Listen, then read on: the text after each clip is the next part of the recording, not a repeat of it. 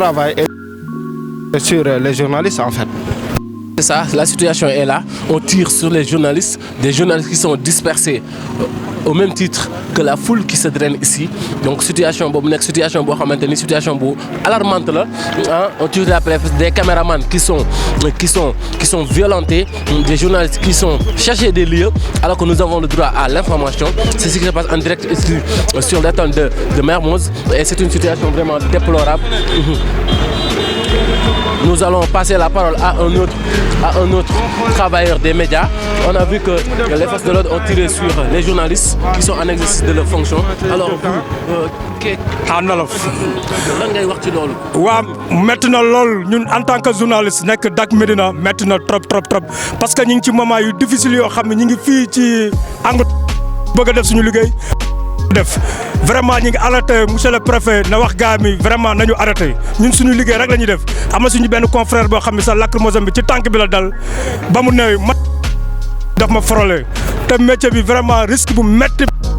la ñu nekk vraiment dañ ñu protéger ñu ngi bàyyi journaliste yi tubaab yi ñuy def seen liggéey ñun ñu teg ñu ci kaw mun ñu vraiment on arrête. Voilà mu nekk benn cri du cœur de la part de ceux qui se donnent à la presse tey jii nii ñu ngi journalistes qui sont violentés.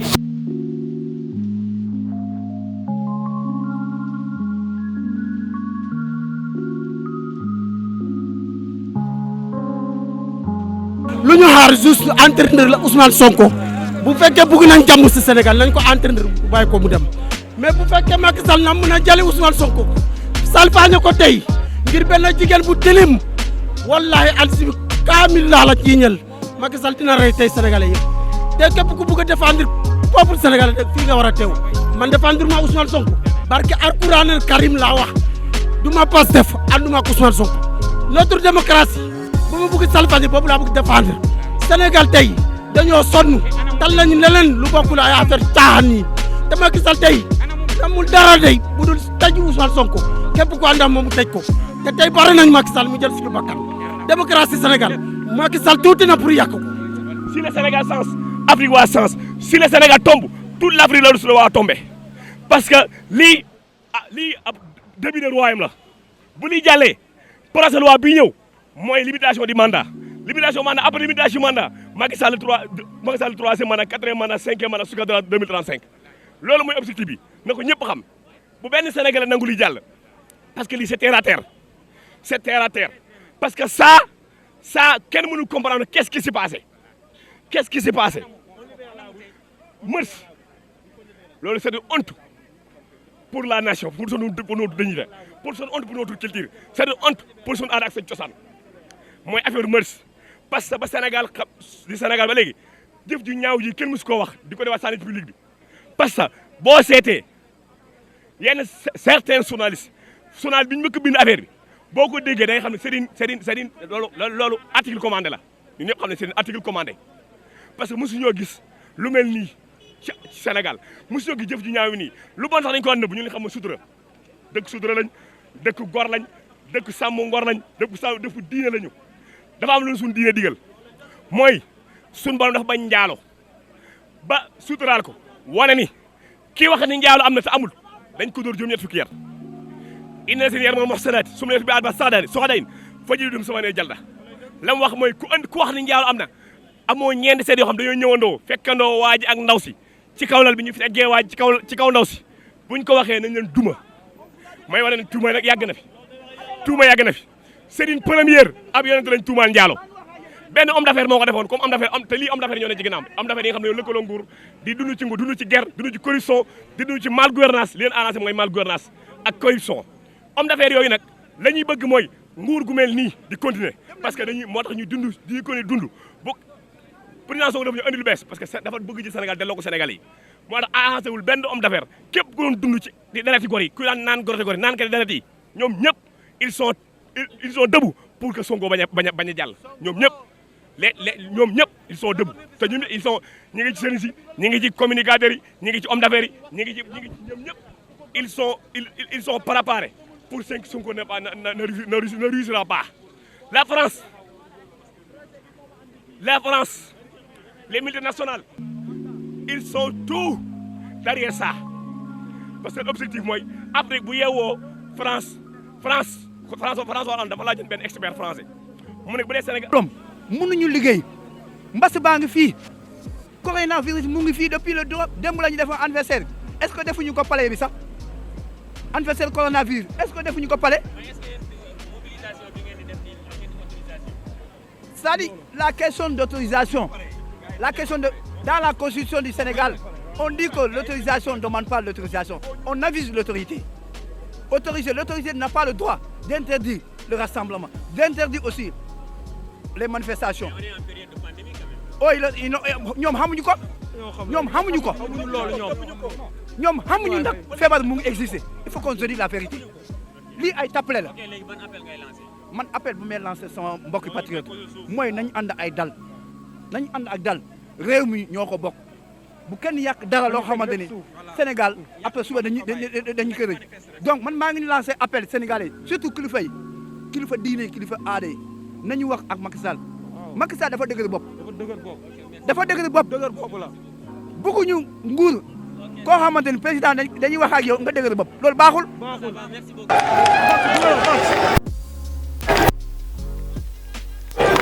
voilà mu nekk loo xamante ni force de l'ordre ñu ngi koy waxtaanee ak ñi nga xam ñooy manifester aussi xàcc di waxtaan de l'ordre gendarme di ñu cédé le passage loolu la journaliste yi di jotale manifestants yi ñu leen wax ñu pousse ñu jàmbaarloo fas yéene tey jii nii ñu pousse ñii di scander seen leader Ousmane Sonko ba léegi di leen wax ñu reculer allez quitter la chaussée voilà à la foule de quitter la chaussée donc loolu moo fi nekk manifestant mu di woote ngir rek dem yoon bi mu libre loolu la force de l'ordre di waxtaane fi mu ne rek ni ñi nga xam ñoo rassemblé wu fii amul benn violence bu ñu exercer ci population bi amul aussi violence destruction de biens appartenant à autrui bu ñu fi nemmeeku ñoom li ñu bëgg mooy nga seen leader Ousmane Sonko fa ca tribunal ba léegi cortège boobu mënul dem lu ni mel tax nag force de l'ordre yi am benn médiation bu ñu am ci diggante ñi nga xamante ni ñoo dajee ngir gunge Ousmane Sonko ñu ànd ñoom ñëpp rek daal di yóbbu kii di Ousmane Sonko devant le juge d'instruction ngir mu wuyu convocation bi nga xamante ni moom lañ ko yónnee. Et la foule qui sont en train de nouer contact gendarmerie di wax foule bi ñu dégager lii di le passage pour leader Pastef bi mën a jàll fii nag ñu gis ni nit ñi bëri nañ lool di scander le nom de Ousmane Sonko gendarmerie di fexe nu ñu pousser yoon bi rek ngir ñu yóbbu leaderu Pastef mu wuyu lii di convocation bi nga xamante ni juge d'instruction jébal na ko te avocat mu maître Khoureyssi Ba daal di koy décharger donc ba léegi ñu nekk ci ay waxtaan.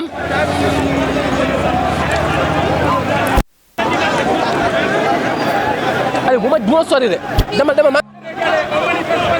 On n'a rien.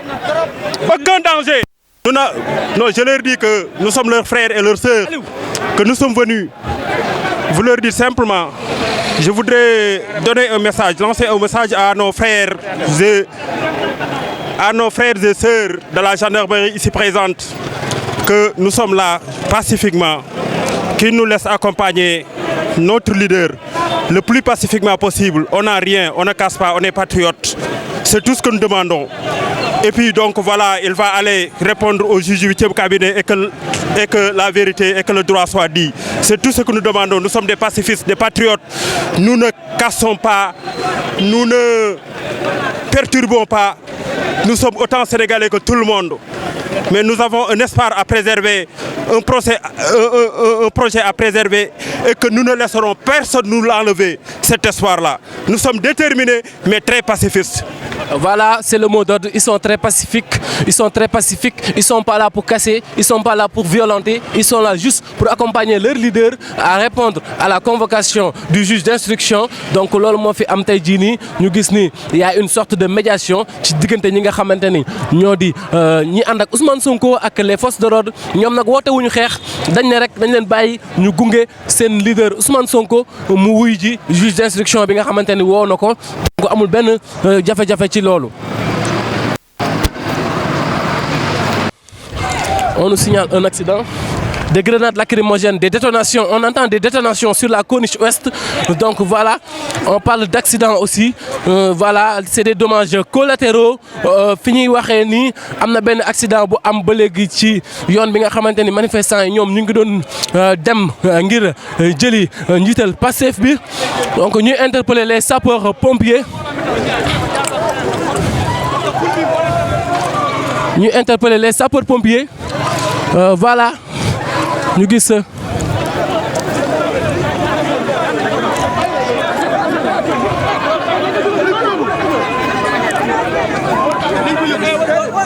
voilà sapeur pompier yi ñu leen di interpeller parce que fii dafa am choc voilà gis ngeen yuuxu yooyu am fii ab choc voilà loolu lépp c'est des dommages collatéraux yi nga xamante ni manifestation yi ginnaaw bi nga xam ñu ngi daw utali corniche ouest bi parce que le leader de Pastef a été dévié de son parcours nee na ñu ngi koy jaarale ci corniche ouest bi nit ñi di daw nag on a assisté à un accident donc voilà interpeller sapeur pompier ñu ñëw ngir xeetali ñi nga xamante ni gaañu nañ ci bile mbir.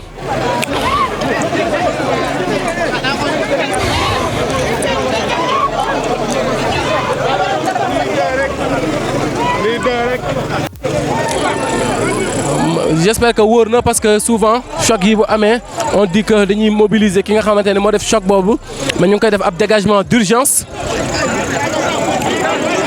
ñu ngi koy def ab dégagement d'urgence ki nga xamante ni moom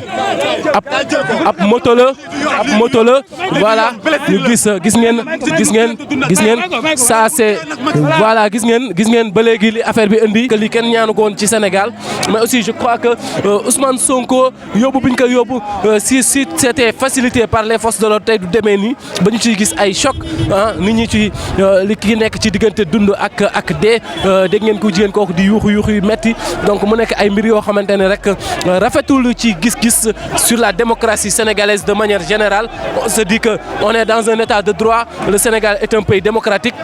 tey jii mën nañ ne on a fait un pas en arrière sur la démocratie et loolu li ko occasionné bokk na si li nga xamante ni moo di li ñu woo leader Pastef bi jeunes yi topp ko ngir ànd ak moom force de l'ordre yi dévier leen et je pense que ça aurait été beaucoup plus simple ñu escorter leen maanaam aar leen ba ñu egg ñu jébal leader Pastef bi yoon ndax juge d'instruction mu ngi koy xaar donc loolu lépp nag ñoom force de l'ordre yi bañ nañ leen ko tas ful bi ak ay grenades lacrymogènes mu nekk lu doy waar on suit l'affaire de près ñu jéem a dem ci corniche ouest bi xool exactement lan moo fa ew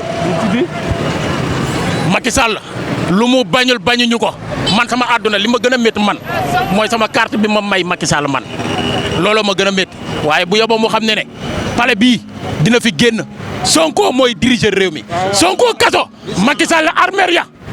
bu yóbboo mu xam loolu Sonko kaso Macky Sall armeer ya la jëm bu yóbboo mu xam loolu te pare leen pour dee ndax Sonko Macky lu mu bañuñu ko si. Il a trahi les Sénégalais. Macky Sall, dictateur, il a trahi les Sénégalais. Puisqu'il est né après les indépendances, on prétendait qu'il allait faire le mieux, mais c'est le cas contraire qui se dessine. Macky Sall, yàlla na ko ak Sénégalais yi dal. Voilà donc nekk ñoo xamante ni dañu ànd ak leaderu Pastef bi nga xamante ni juge d'instruction bi woo na ko suite à une affaire de viol contre la personne de Adji Sarr tey mu war a wuy ji si yoonu wuy ji bi nag ñoom ñu ne dañuy gunge seen leader ñu ngi manifester mais manifester wuñu ak violence donc amul benn violence tojuñu yàquñu li ñu bëgg rek mooy ànd ak seen leader te loolu leen force de l'ordre yi di xañ instant bi nii.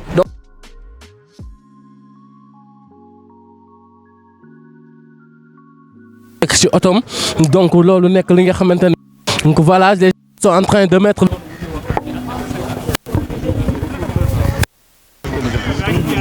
dafa am ay mesures yoo xamante ne c'est des mesures élémentaires ci affaire yu mel nii déjà vous devez vous identifier visuellement vous devez toujours vous identifier auprès des forces de l'ordre et vous mettre derrière de l'ordre. Parce que si vous mettez devant les forces de l'ordre, au moment où ils vont charger la presse. Parce qu'à ce moment-là, il y a une distinction. Donc c'est ça, j'étais venu m'enquérir de la situation sur le terrain, voir si on vous laisse faire votre travail de façon correcte. Mais surtout, manquerie de la situation sanitaire, parce qu'on m'a dit qu'il y a 2 journalistes qui ont eu quelques blessures. D'accord. D'ailleurs, je vais aller voir à l'hôpital le caméraman de West TV qui a été blessé. Donc, encore une fois, attention, ces journalistes, vraiment, sur le terrain, il y a des milliards au minimum. Maintenant, votre mission, c'est d'informer, de rendre compte de ce qui se passe dans le pays. Donc, pour vous dire, ne faites pas de live, ne faites pas ceci ou ne faites pas cela. Ça ne peut pas exister. C'est votre travail. Mais encore une fois, l'appel que je vous lance, c'est de vous occuper, de vous préoccuper également de votre sécurité.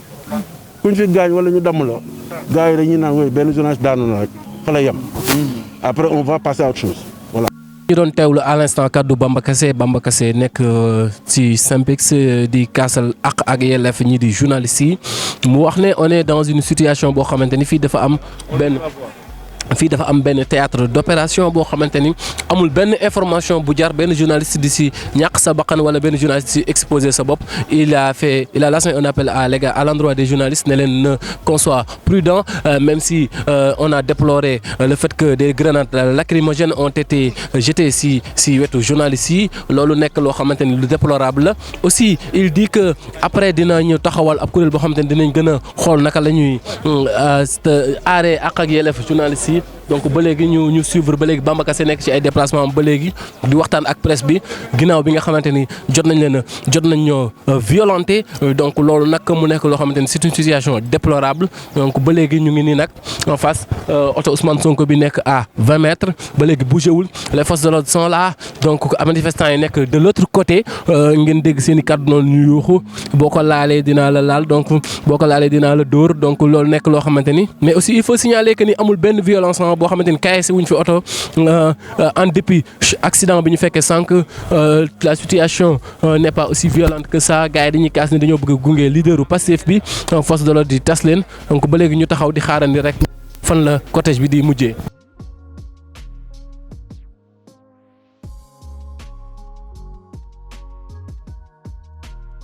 ñu ngi fa taxaw waa GIGN donc GIGN egsi nañ léegi donc ba léegi ñuy jeexi jaaxaar ndax Ousmane Sonko mujjee déféré à cette convocation waa GIGN wàcc nañ donc ñu ngi ñëw rek ngir yóbbu kii di Ousmane Sonko jàmbaarloo boo moytul dina fa am jàmbaarloo dina fa am Ousmane Sonko ñu ngi koy jëli ñu ngi jëli Ousmane Sonko waa GIGN ñu ngi jëli kii di Ousmane Sonko am na un rapport de force am na foofu Ousmane Sonko ñu ngi koy jëli ñu ngi jëli kii di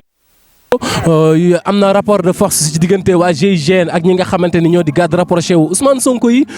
donc manifestants yi ñoom sori nañ lool sori nañ donc gars yi ñu ngi wàcce Ousmane Sonko gars yi ñu ngi foofu ay grenades lacrymogènes Ousmane Sonko de gré ou de force ñu ngi jëli kii di Ousmane Sonko jël nañ le président Ousmane Sonko ñu ngi wàcc le président Ousmane Sonko ci oto bi Ousmane Sonko ñu ngi koy wàcce ci oto bi de gré ou de force ñu ngi wàcce Ousmane Sonko ci oto bi mu nekk waa GIGN ñoo egsi maintenant ñi nga xamante ni ñoo di sécurité rapprochée bu Ousmane Sonko ont été dispersés par les forces de l'ordre waa GIGN yi ñu ngi jàpp ñi nga xamante ni ñoo jege ñaare Ousmane Sonko yi nekkoon ci wetu oto bi di ko yóbbu ñu ngi leen di yóbbu ñoom ñëpp waa GIGN ñoom egsi nañ bi ñu egsee nag ñu ngi commencé jàpp ñi nga xamante ni ñoo di jege ñaare yi ñu nekk ci wetu oto bi. mi ngi ñëw. wala problème bi parce que waa GIGN ba ñu yegsee léegi dañu doon yëngal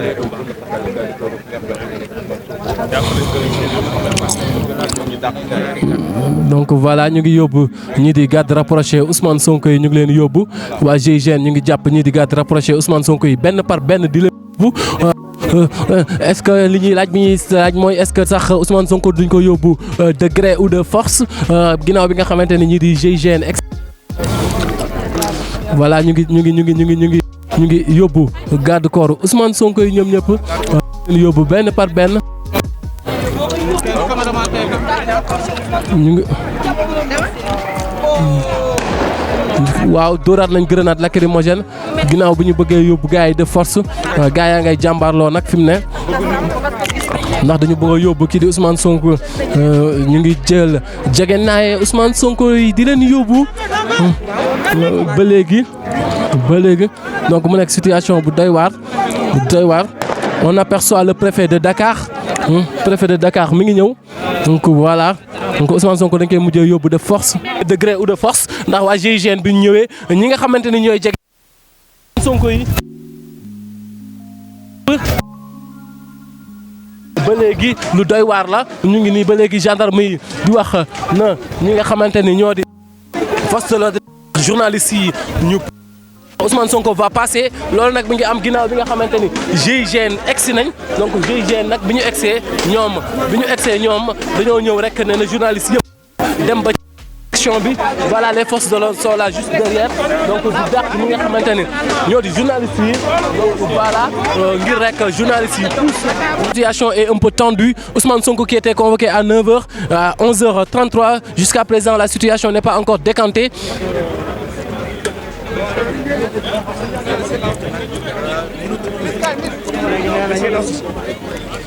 Voilà journalistes yi ñu leen di ñaan rek ñu wàcc yoon ndax bu dee Ousmane Sonko day jaar ci tali bi lay jaar te tali bi fa la ñoom force de l'ordre yi taxaw donc ñu nekk ci situation boo xamante ni c'est une situation un peu confuse une situation boo xamante ni pour ne pas dire que c'est une situation qui peut dégénérer à tout moment parce que tout à l'heure gis nañ ñi di journalistes yi ak force de l'ordre xaw a am benn énervement seen diggante mais ñu ngi dégg ba léegi ay grenades lacrymogènes de l'autre côté ñi nga xamante ni ñoo di manifestants yi wala ñi ànd ak Ousmane Sonko ñu ngi leen di dégg ba léegi ñu leen di dóor ay grenades lacrymogènes tey ji commandant bi nga xamante ni moo nekk ci gendarmerie ñëw ne ñu pousse ndax Ousmane Sonko nii lay jaar ginnaaw bi nga xamante ni waa GIGN egsi nañ indi benn dispositif boo xamante ni jàpp nañ ñi nga xamante ni ñoo di jege ñaale kii di Ousmane Sonko donc ñuy xaarandi ba léegi rek ndax Ousmane Sonko nii la war a jaar am déet.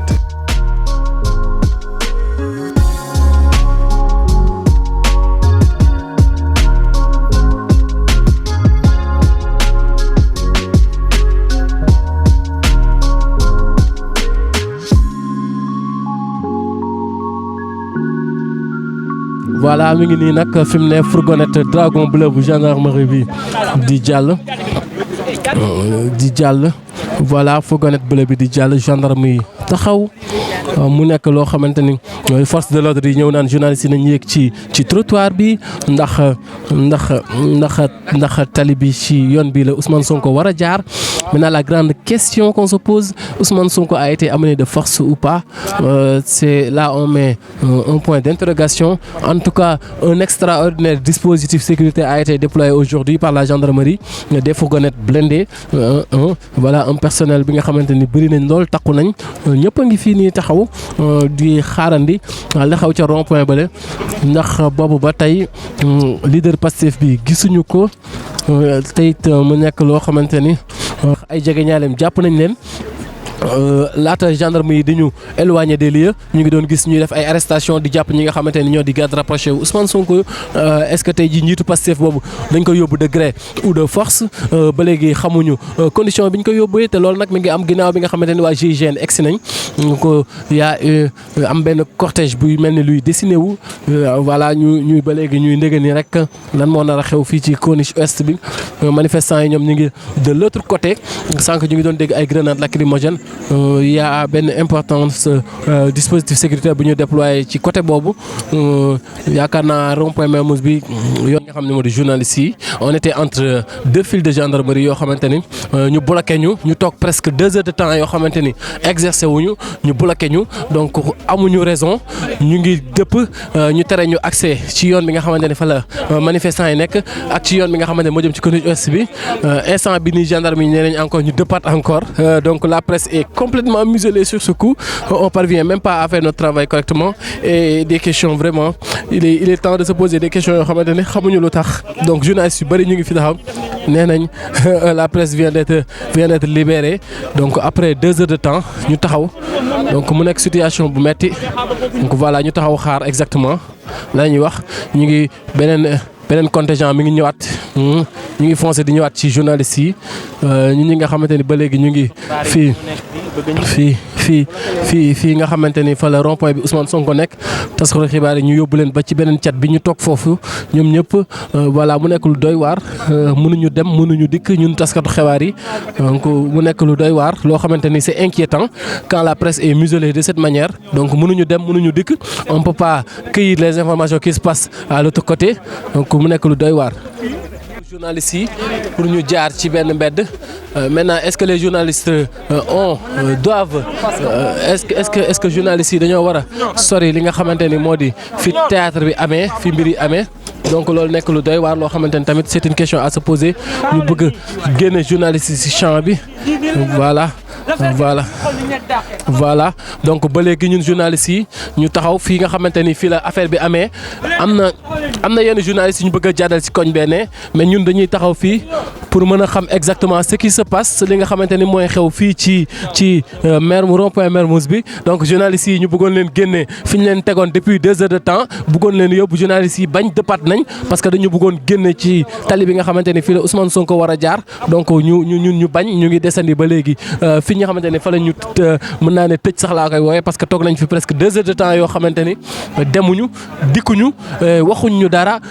benn journaliste amoo droit jël benn sens contraire wala nga jaar feneen donc ba léegi rond point bi ñu ngi fay dégg ay kii ba léegi Ousmane Sonko on suppose que mu ngi ci rond point bi ginnaaw bi nga xamante ni jàpp nañ ñi nga xamante ne ñoo nekk ci sécurité am donc ba léegi. L'information continue donc si affaire Ousmane Sonko bi ba léegi Ousmane Sonko député bi nga xamante ni yëkkati nañ immunité parlementaire am ginnaaw bi nga xamante ni commission ad hoc bi def na lu ni mel donc mu nekk loo xamante ni tey jii nii mu doon dem wuy ji procureur bi nga xam convoqué woon na ko à 9h mujjul antu ndax yoon bu xat ak ay manifestants gendarme yi disperser la foule waa section de recherche ñëw jël si ko ndax dañ koy toppee li nga xamante ni moo di trouble à l'ordre public loolu nekk loo xamante ni aussi beneen tuuma la ci ndodd Ousmane Sonko mais ce qui est déplorable aussi mooy la presse n'a pas cette liberté aujourd'hui de circuler parce que tey jii nii journalistes yi bu ñu bëggoon génn dem fenn sax dañ leen naan doo leen mën a bouger da ngeen taxaw donc on peut dire que ni li fi xew fii nii lu doy waar la loo xamante ni c'est déplorable parce que en fait sur le plan démocratique la liberté de la presse a été en quelque sorte biaisée dans la mesure où tey jii nii même les journalistes ont beaucoup de difficultés pour circuler ont beaucoup de difficultés pour avoir l'accès à l'information en temps réel une histoire boo xamante ni c'est semblable ak ce qui s'était passé à l'Assemblée nationale ci ba ñu yëkkati mbalaanu kii laay kii di Ousmane Sonko nga xamante ni dañoo tere woon journalistes yi jege lii di hémicycle bi donc ba léegi nii nag Ousmane Sonko mu ngi fële ca brigade de recherche bu Colobane ñun nag journalistes yi mënuñu dem mënuñu dikk lu ko waral mooy force de l'ordre yi dañ lay tere sax daanaka circuler donc loolu tamit mu nekk loo xamante ni c'est un recul démocratique bu ñu mën a constater parce que tey jii nii jafe-jafe yi nga xamante ni ñu ngi koy jànkonteel ci suñu liggéey nekk na loo xamante ni lu doy waar la il est aussi important de signaler que Ousmane Sonko def na benn tweet ci biir tweet bi mi ngi xamle ne li nga xamante ni mooy moom citoyen la waaye kenn waru ko tànnal yoon bi muy jaar kenn waru ko aussi wax fan lay jaar ndax dafa nekk koo xamante ni il est libre de par ses mouvements et aussi que woon a huissier ba ñu constater ko li nga xamante ni moom lañ koy toppee nekk na koo xamante ni tamit nee na il prend l'opinion nationale et internationale en témoin alors ba léegi ñu xool y a du mouvement si rond-point bi dafa mel ni les forces de l'ordre commencent à répliquer donc ñuy xool ba léegi mu ngi am mouvement Ousmane Sonko gannaaw ba dem na xam naa fii léegi dem beeg dikk bi tàmbale wat mu ngi fële ca section de recherche ñu teg ci ndoddam lii di trouble à l'ordre public ñu fàttali ni aussi tamit nekk na loo xamante ni aussi lu yeneen tuuma yu ñu teg ci ginnaaw kii di Ousmane Sonko la instant bi nag force de l'ordre dafa mel ni ñu ngi defaat ab rassemblement mel ni est-ce que dañuy waaj a lever l'encre ndax fii circulation bi mën a jaaraat yoon donc ñun journalistes yi donc fii metti woon na si ñun ndax 2 heures de temps presque toog nañ ko foo xamante ni amuñu cette liberté dem ak ñëw loolu nag mu nekk loo xamante ne lu ab recul démocratique lañ ko mën a tuddee parce que c'était la même situation à l'hémicycle donc gisoon nañ bi passé voilà force de l'ordre yi ñu ngi dem dafa mel ni force de l'ordre yi ñu ngi dem pare nañ seen liggéey dafa mel ni ils ont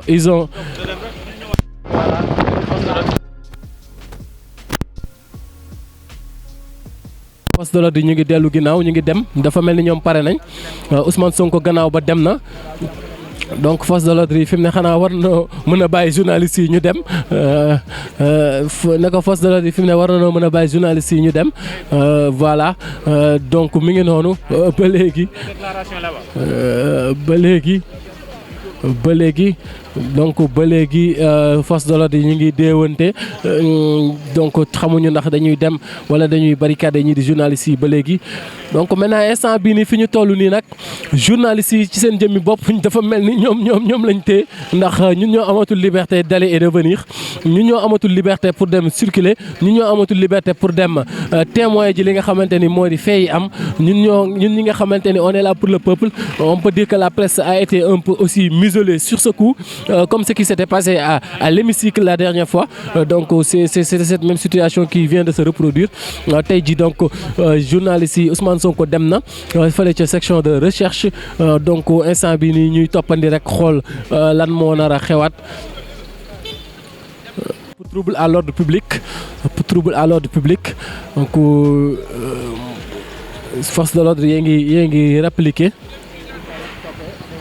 internet yi nag gis ngeen ko ñu ngi fii ci gendarmerie bi au Colobane fi nga xamante ne nag fii la ñu nar a andi njiitu Pastef di Ousmane Sonko gis ngeen nag ndaw yi nga xamante ne nag ñoo ko fas yéene gunge dégg ngeen ko nag ñoom ci kaddu yi nga xamante ne moom lañu yëkkati di wax Ousmane Sonko ci noonee sax dégg ngeen kaddu yi nga xamante ne nag moom la sama waa ji fondamental s'il y a aujourd'hui du désordre dans ce pays c'est parce qu'il n'y a pas une liberté qui est donnée à la jeunesse. Nous voulons une liberté. Nous demandons une liberté. La liberté d'expression est un facteur fondamental pour toute démocratie. Nous demandons cette liberté. La jeunesse est aujourd'hui debout derrière Ousmane Sonko. Ousmane Sonko, une jeune inspirée, une jeune expérimentée, une jeune qui se sacrifie pour des générations futures. Tous ceux qui connaissent aujourd'hui le développement. Je pense que tous les pays qui sont aujourd'hui en train de vivre la prospérité, tous les pays développés aujourd'hui, il y a des jeunes qui viennent de la population ou bien le peuple qui s'est sacrifié. Je pense qu'il est temps également que notre génération, nous sacrifions pour les générations futures et pour avoir un Sénégal de lendemain meilleur. Nous vous remercions tous parce que ça fait vraiment mal de gérer ce qu'on est en train de vivre dans ce moment-là dans ce pays. appel bu may lancé dafa am appel bu ndaw bu mu bëgg a lancé appel bu ndaw pour jeunesse su Sénégal ndawum Sénégal ñi nga xam ñu yeewu ñu am xam-xam ñu am vision di gis te xam ni dëkk bi métti na moo tax ndaw yi di jaar ci gaal yi métti na moo tax ndaw yi di dee ci biir géej gi métti na moo tax ñun amatuñu suñu yaakaar si suñu dëkk amatuñu espoir suñu dëkk parce que ñi nga xamante ne ñoo war a gouverner ce sont des gouverner wuñu lu baax te incompétent li may ñaan ndaw réew mi mooy ñi nga xam ni ñoom laay lancé appel ñoom ñi nga xamante ni tey jii seen bakkan jaral na leen ko noonu ñëw ñu xeex bi injustice yàlla mi nga xam ni moo ñu sàkk bugul injustice nanu ñëw pour dara Ousmane Sonko. xeexuñu pour le président Ousmane Sonko dañuy xeex pour suñu démocratie dañuy xeex ndax nootal gi moo doy Sénégal dafa war a dépasser fii mu nekk président Macky Sall li mu bëgg a def complot bi ça passera pas. J'appelle man Moussa Ndiour j'appelle tous les Sénégalais ñu jóg def bloc derrière le président Ousmane Sonko lii ça ne passera pas. ñu nekk moom ba biir palais ñu nekk moom ba 100 mètres ça passera pas ñun fii ñu nekk ànd ak moom président Sonko gars yi doy na assez ça suffit tey doy mën nañ jàpp non xaaral ñun xam nañ siège bi ñu nekkoon fan yëpp di jàpp ay leader lii c'était préparé jàpp leader ñoom ñëpp yaakaaroon ne bu ñu jàppee ñooñu lii du fi am tey ñu ñëpp nekk nañ Guy Marius Sagna ñu ñëpp nekk nañ Dame Mbodj ñu ñëpp nekk nañ Assane Diouf nañ ñëw jàpp ñëpp ñu nekk Ousmane Sonko ba biir 100 mètres ba biir palais fu ñu neex jeune bi taxaw nañ par nañ pour dee pour le président Ousmane Sonko ak suñu démocratie doy na. En 2012 la jeunesse ñoo fal Macky Sall yóbbu ko palais ñun ñoo xeexal Macky Sall en 2012 Macky Sall ñëw en 2012 tas suñu yaakaar citoyen sénégalais jeunesse sénégalais Macky Sall moomu ñu hérité wul dëkk bi on n'est pas là pour Sonko de mais pour la jeunesse future Macky Sall ne nous appartient pas moomul dëkk bi moomul dëkk bi moomul dëkk bi ñoo ko fal ñun ñoo ko fal mu ngi ñuy dóor suñu constitution laqatu si ay ginnaaw constitution pour faagaagal ay adversaires politiques jamais jamais dootu fi amati la jeunesse sénégalaise dit non non non et non. waaw dama juste rek pour ma wax Macky Sall qu'il sache que ce pays ne l'appartient pas ni à son père ni à sa mère Macky Sall laay waxal ba moomul dëkk bi yaa moomul dëkk bi ñun nous sommes des citoyens nobles et honnêtes que Macky Sall sache que la jeunesse précédente et cette jeunesse-là est tellement différente. S'il y a certains qui disent que le président de la République est celle qui est le plus informé, qu'ils se trompent, que Macky Sall chasse qu'il est le citoyen le plus mal informé. Billahi wallahi wa ta'ala, il ne sait pas à quelle jeunesse il a affaire à faire. Il n'a qu'à se reculer. Sinon, s'il ne recule pas, je ne suis ni sonkoiste, ni pas apériste. Je suis qu'un citoyen noble, que si Macky Sall ne recule pas, billahi, il mettra ce pays en feu.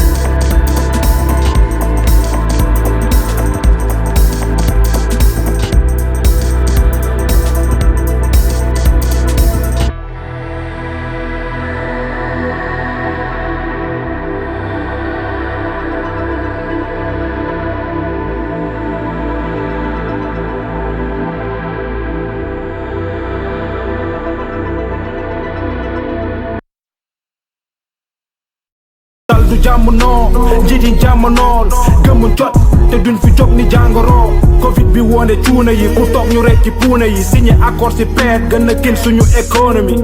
bi même va yi même vient yi même chat yi même chien yi même paa yi même mère yi li sama xol laa teg ci table bi man maa ko wax pour muy leer foog état bi gaay rek ma jëli gaay sorry Sénégal lépp lu bon si ñun lay dal baagale ay gal na kaw ko foog ma wuti lu ma mësuma wax duma dellu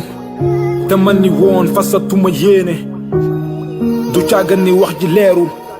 daa fekk rek ma doon ku nu yaase man la baadoo la bii duma doomu président duma doomu kenn si nguur te amuma avenir fuck you fuck état bi ñoom ñi xoowe askan wi yéen la baadoo la yii yéen ñi laajte suñu kaat ñu jox leen ngeen bi ñu sàcc yéen la baadoo la yii fuck you fuck état bi ñoom ñi xoowe askan wi Macky demal nga toog dag ma ko mënu leen boot ndax moom xiit bi la yor kay doom mu ne koy noot tombul sonal sa bopp yow la baadoo la bii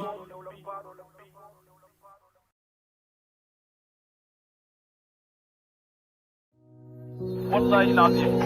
néew yi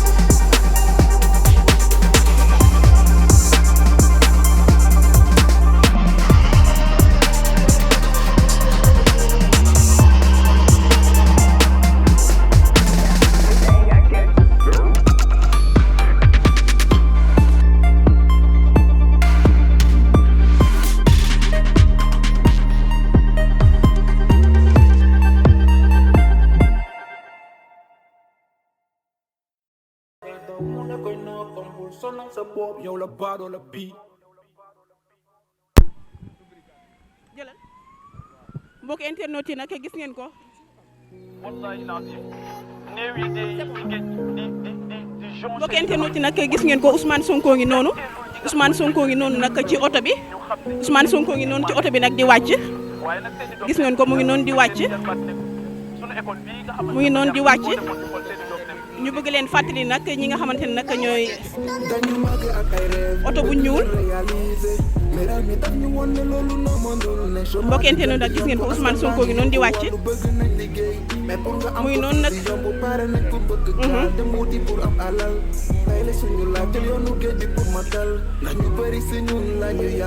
gis ngeen ko mbokk internet yi nag Ousmane Sonko ngi noonu di wàcc nañ ko ci oto bi ñi di takk der yi nag dañoo tàmbali nag sànni lépp lu jëm ci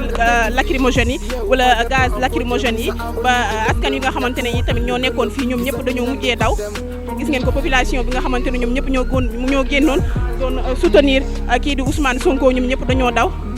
gis ngeen Ousmane Sonko ngi noonu nag ñu dugal ci biir gendarmerie bi mu ngi noonu di dugg nag mu ngi noonu di dugg ci biir gendarmerie bi gis ngeen ko mbokk internet yi ñii di takk der yeeg fu mu nekk nii nag gis ngeen ko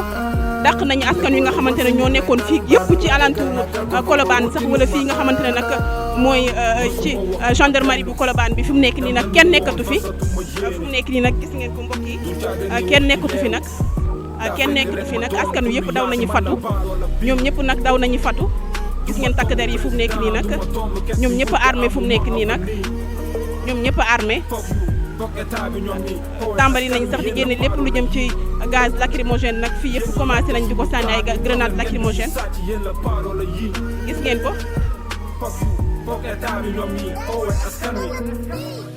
pour muy clair foog prési foog ñu ko fal foog palais foog politique foog ñu yeewu di ko maral foog ñu koy foog France ak Roma ma ne foog yu léegi yaakaaruñ ci yéen jaay ngeen suñu géej suñu or ak suñuy terre kon nan la jeunesse bi di toogee kenn jàppul si dara te toog di xoolee taalul ci fajul malaat paa bi jëm na maag mère bi toog di xaar lépp ba dee pour dugg marché ma koy xool du ma si mën shit rongoñ di tuuru li ma yëg weesu na metti fii boo amul bokkoo kenn du la yëg kenn du la mbokkoo ñëpp lay xeeb ñëpp lay tuutal sa xol di jeex nga sey si géej gi ni suukar li ñu dal du jàmm noo njiit yi jàmm nool gëmu jot te duñ fi jóg ni jàngoro Covid bi woone cuuna yi ku toog ñu rek ci puuna yi signé accord si paix gën a kin suñu économie fii même va yi même vient yi même chat yi même chien yi même paa yi même mère yi li sama xol laa teg si table bi man maa ko wax pour muy leer foog état bi Gaay rek ma jëli gaal sori Sénégal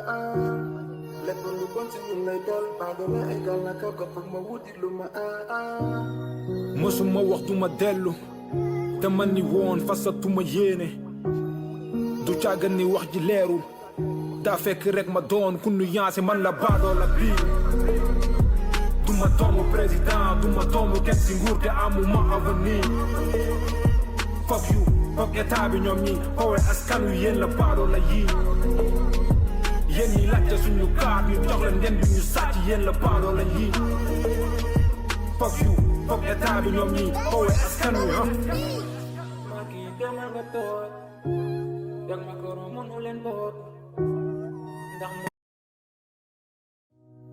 wallahi lancé néew yi dee yi ci géej di jonché li nga xamante ni moom mooy suñu côté su gàcceelul ñi nga xamante ni ñooy jiite suñu réew mi ñu xam ne ñun définitivement ay nit jiite wuñu ñu waaye nag seen i doom nekkuñu ca seen i jarbaat nekkuñu ca suñu école bii nga xamante dafa yàqu it boo demoon di xool seen i doom nekkuñu ca. dañu màgg ak ay rêve bëgg leen réaliser mais réew mi daf ñu won ne loolu na mënul ne chômage bi gën di yokk askan baa ngi yuuxu wàllu bëgg nañ liggéey mais pour nga am ko fii du yomb pare nañ pour mbëkk gaal dem wuti pour am alal tey la suñu laaj jël yoonu géej bi pour matal ndax ñu bëri si ñun la ñu yaakaar toog bi dafa yàgg foog ñu dem mënatuñ xaar bàyyi rek ñu go dem rayante ci boo ci mos a génn noobul xaar nga tekki fii yeewu fajar doo am foo jëm sa avenir di lëndëm ñàkk moo tax ñu gëlëm gisatuñ lan lu dul dem foog ñu changer lu ñuy gis tekki yoone xaalis positif mënatuñu toog ne bi am soxla te duñ ko faj ñoral ku ñu tëj ndax suñu réew la ñu xool bàyyi rek ma jëli gaal sori Sénégal mënatuñ fi toog ndax le pays va mal lépp lu bon si ñun lay dal baado la égal na kal kon foog ma wuti lu ma am mësuma wax du ma dellu dama ni woon fasatuma yéene du caaga ni wax ji leeru daa fekk rek ma doon ku nu yaase man la baadoo la bii du ma doomu président du ma doomu kenn si nguur te amuma avenir foog yu foog état bi ñoom ñi xoowe askan wi yéen la baadoo la yii yéen ñi laajte suñu kaar ñu jox leen ngeen duñu sàcc yéen la baadoo la yii foog yu foog état bi ñoom ñi xoowe askan wi pour muy clair foog prési foog ñu ko fal foog palais foog politique foog ñu yeewu di ko maral foog ñu koy foog France ak Roma ma ne foog yu léegi yaakaaruñ ci yéen jaay ngeen suñu géej suñu or ak suñuy terre kon nan la jeunesse bi di toogee kenn jàppul si dara te toog di xoole taalul cin fajul malaat paa bi jëm na maag mère bi toog di xaar lépp ba dee pour dugg marché ma koy xool du ma si mën shit rongoñ di tuuru li ma yëg weesu na metti fii boo amul bokkoo kenn du la yëg kenn du la mbokkoo ñëpp lay xeeb ñëpp lay tuutal sa xol di jeex nga sey si géej gi ni suukar li ñu dal du jàmm noo njiit yi jàmm nool gëmu jot te duñ fi jóg ni jàngoro covid bi woone cuuna yi ku toog ñu rek ci puuna yi signé accord si peet gën a kin suñu économie fii même va yi même vient yi même chat yi même chien yi même paa yi même mère yi li sama xol laa teg si table bi man maa ko wax pour muy leer foog état bi bàyyi rek ma jëli gaal sori Sénégal lépp lu bon si ñun lay dal baado la égal na kal ko foog ma wuti lu ma am mësuma wax du ma dellu dama ni woon fasatuma yéene du caaga ni wax ji leerul daa fekk rek ma doon ku nu yaase man la baadoo la bii du ma doomu président du ma doomu kenn si nguur te amuma avenir foog yu foog état bi ñoom ñi xoowe askan wi yéen la baadoo la yii yéen ñi laajte suñu kaar ñu jox leen ngeen duñu sàcc yéen la baadoo la yii foog yu foog état bi ñoom ñi xoowe askan wi Maki demal nga toog yak ma koro mënu leen boot ndax moom xiit bi la yor mais doo mu la koy noppam bul sonal sa bopp yow la baadoo la bii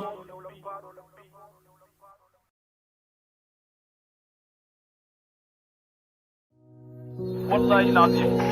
néew yi dee yi ci géej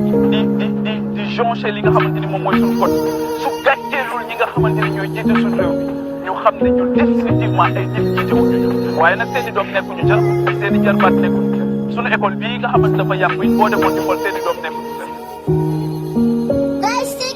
dañu màgg ak ay rêve bëgg leen réaliser mais réew mi daf ñu won ne loolu noo mënul ne chômage bi gën di yokk askan baa ngi yuuxu wàllu bëgg nañ liggéey mais pour nga am ko fii di yomb pare nañ pour mbëkk gaal dem wuti pour am alal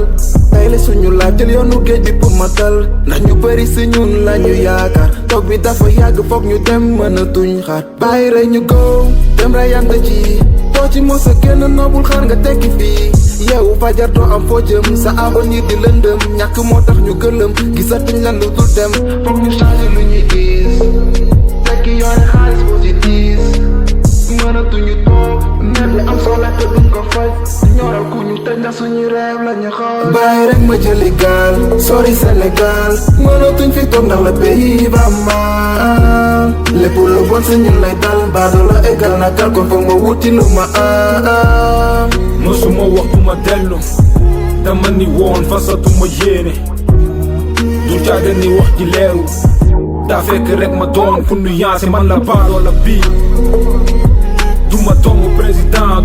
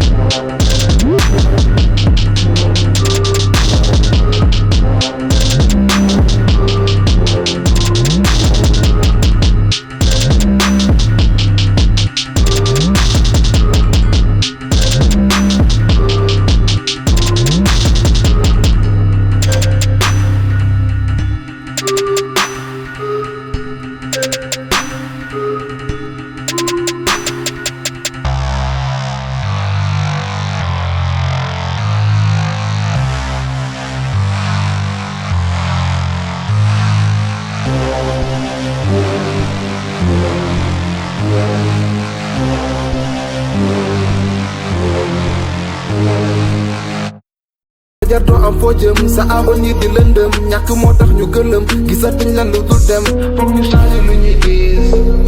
fekk yore xaalis positif mënatuñu toog mer bi am solo te duñ ko faj ñoral ku ñu tëj na suñu réew la ñu xool bàyyi rek ma jëli gaal sori Sénégal mënatuñ fi toog ndax le pays va mal lépp lu bon si ñun lay dal baado la égal na kal kon foog ma wuti lu ma am mësuma wax du ma dellu dama ni woon fasatuma yéene du caaga ni wax ji leeru daa fekk rek ma doon ku nu yaase man la baadoo la bii duma doomu président duma doomu kenn si nguur te amuma avenir fuck you fuck état bi ñoom ñi xoowe askan wi yéen la baadoo la yii yéen ñi laajte suñu kaar ñu jox leen ngeen duñu sàcc yéen la baadoo la yii fuck you fuck état bi ñoom ñi xoowe askan wi pour muy clair fuck prési fuck ñu ko fal fuck palais fuck politique fuck ñi yeewu di ko maral foog ñu koy foog France ak Roma ma ne foog yu léegi yaakaaruñ ci yéen jaay ngeen suñu géej suñu or ak suñuy teer kon nan la jeunesse bi di toogee kenn jàppul si dara te toog di xoole taalul cin fajul malaat paa bi jëm na maag mère bi toog di xaar lépp a dee pour dugg marché ma koy xool du ma si mën shit rongoñ di tuuru li ma yëg weesu na metti fii boo amul bokkoo kenn du la yëg kenn du la mbokkoo ñëpp lay xeeb ñëpp lay tuutal sa xol di jeex nga sey si géej gi ni suukar li ñu dal du jàmm noo njiit yi jàmm nool gëmuñ jot te duñ fi jóg ni jàngoro covid bi woone cuuna yi ku toog ñu rekki puuna yi signé accord si paix gën a kil suñu économie fii même va yi même vient yi même chat yi même chien yi même paa yi même mère yi li sama xol laa teg si table bi man maa ko wax pour muy leer foog état bi bàyyi rek ma jëli gaal sori Sénégal lépp lu bon si ñun lay dal baado la égal na kaw ko foog ma wuti lu ma am mësuma wax du ma dellu dama ni woon fasatuma yéene du caaga ni wax ji leerul daa fekk rek ma doon ku nu yaase man la baadoo la bii duma doomu président duma doomu kenn si nguur te amuma avenir fuck you fuck état bi ñoom ñi xoowe askan wi yéen la baadoo la yii yéen ñi laajte suñu kaar ñu jox leen ngeen duñu sàcc yéen la baadoo la yii fuck you fuck état bi ñoom ñi xoowe askan wi Maki demal nga toog yak ma koro mënu leen boot ndax moom xiit bi la yor te doo mu la koy noppam bul sonal sa bopp yow la baadoo la bii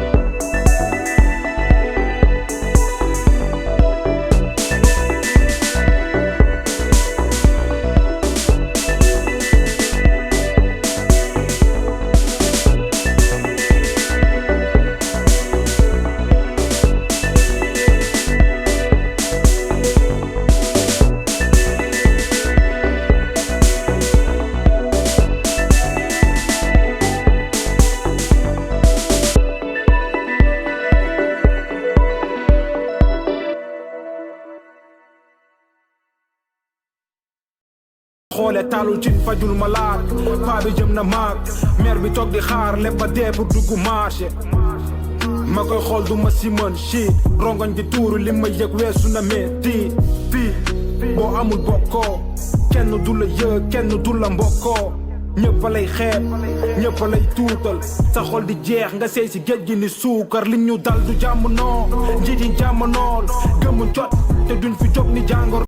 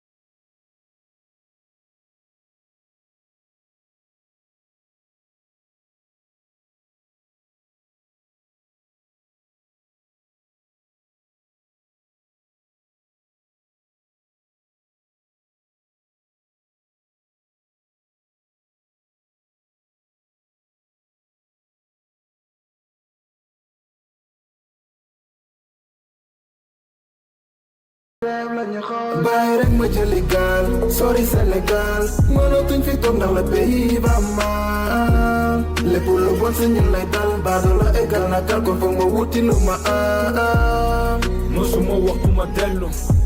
dama ni woon fasatuma yéene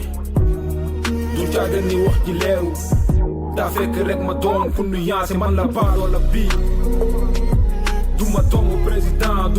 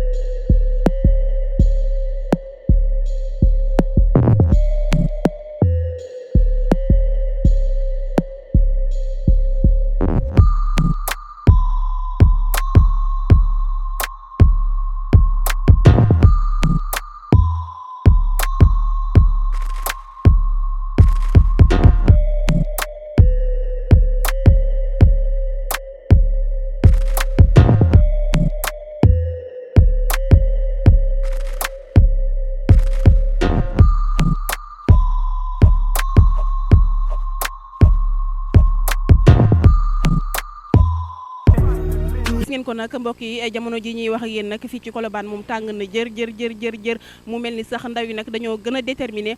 gis ngeen ko sax ci ay xibaar nag yu nga xamante ne itamit jot nañ ko dégg ngeen ko li nga xamante nag mooy grenade lacrymogène yi moom dégg ngeen ko mooy def buum noonu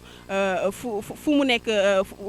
fépp ci Colobane lu jëm ci grenade lacrymogène yi moom gars yi ñu ngi koy taal fu mu nekk nii nag kenn mënatul gis fii moom ci Colobane ci ay xibaar yi ñu jot sax am na benn takk der bu nga xamante ne ndaw yi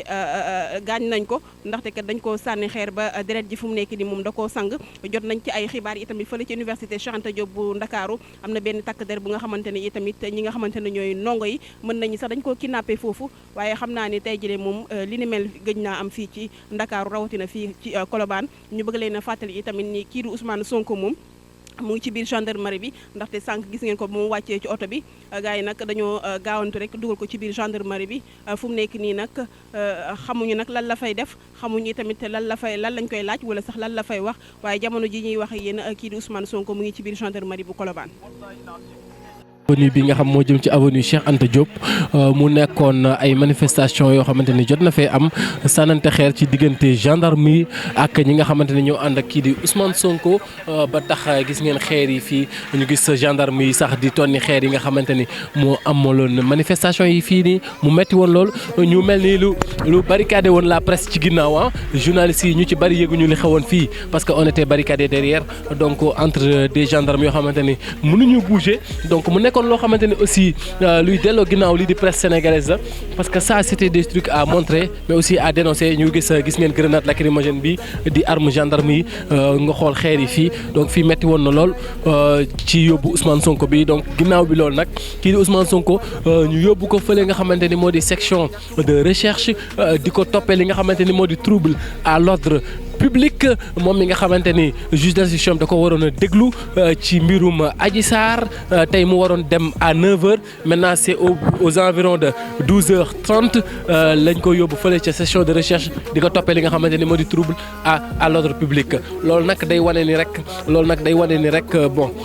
problème dossier Ousmane Sonko bi ba léegi jeexagut ndax instant bi nii beneen chef d'accusation teguñu ci ndoddam loolu nag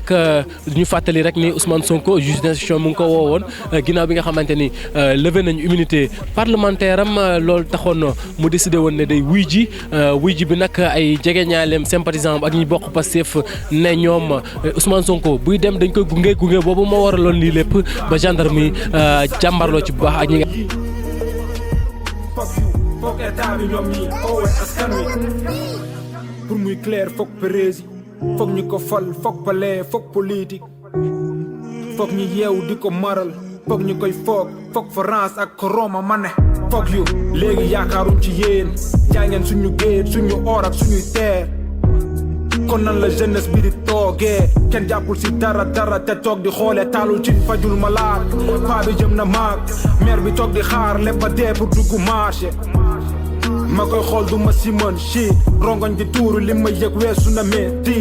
fii boo amul bokkoo kenn du la yëg kenn du la mbokkoo ñëpp a lay xeeb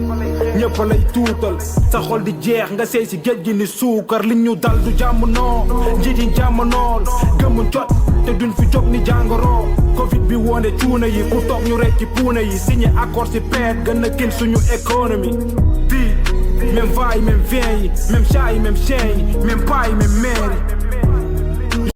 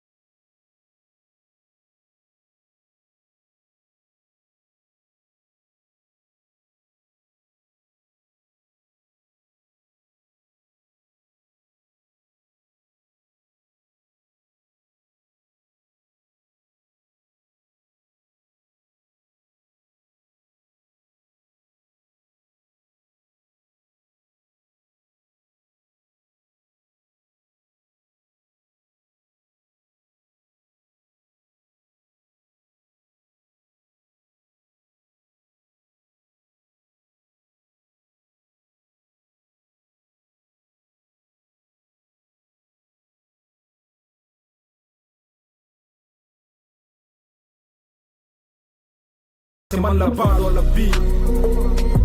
duma doomu président duma doomu kenn si nguur te amuma avenir foog yu foog état bi ñoom ñi xoowe askan wi yéen la baadoo la yii yéen ñi laajte suñu kaar ñu jox leen ngeen duñu sàcc yéen la baadoo la yii foog yu foog état bi ñoom ñi xoowe askan wi pour muy clair foog prési foog ñu ko fal foog palais foog politique foog ñu yeewu di ko maral foog ñu koy foog France ak Roma ma ne foog yu léegi yaakaaruñ ci yéen jaay ngeen suñu géej suñu or ak suñuy terre kon nan la jeunesse bi di toogee kenn jàppul si dara te toog di xoolee taalul ci fajul malaat paa bi jëm na maag mère bi toog di xaar lépp a dee pour dugg marché ma koy xool du ma si mën shit rongoñ di tuuru li ma yëg weesu na metti fii boo amul bokkoo kenn du la yëg kenn du la mbokkoo ñëpp a lay xeeb ñëpp a lay tuutal sa xol di jeex nga sey si géej gi ni suukar li ñu dal du jàmm noo njiit yi jàmm nool gëmu jot te duñ fi jóg ni jàngoro Covid bi wone cuuna yi ku toog ñu rek ci puuna yi signé accord si paix gën a kin suñu économie